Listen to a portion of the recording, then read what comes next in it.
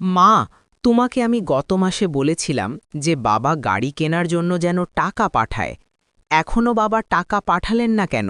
নতুন একটা ফোনও লাগবে আমার। এই তো কিছুদিন আগে তোকে একটা বিদেশি ফোন কিনে দিল, এখন ফের আবার কিসের জন্য ফোন লাগবে? কিছুদিন আগে মানে 1 বছর হয়ে গেল ফোনটা নেওয়ার। এই ফোনের নতুন ভার্সন এসেছে, এই ফোন আর চলবে না। তাই আমাকে নতুন ফোন নিয়ে দিতে বলো আর গাড়ির টাকা পাঠাতে বলো। শুধু এসবের পেছনে তোর বাবা সব টাকা শেষ করেন, তাহলে পরে সে কি করবে? দেশে এসে না খেয়ে মরবে। মা, আমি ওসব বুঝি না। আমার ফোন লাগবে মানে লাগবেই, আর গাড়ি লাগবে মানে লাগবেই। না হলে আমি স্কুলে যাব না, বইও পড়ব না।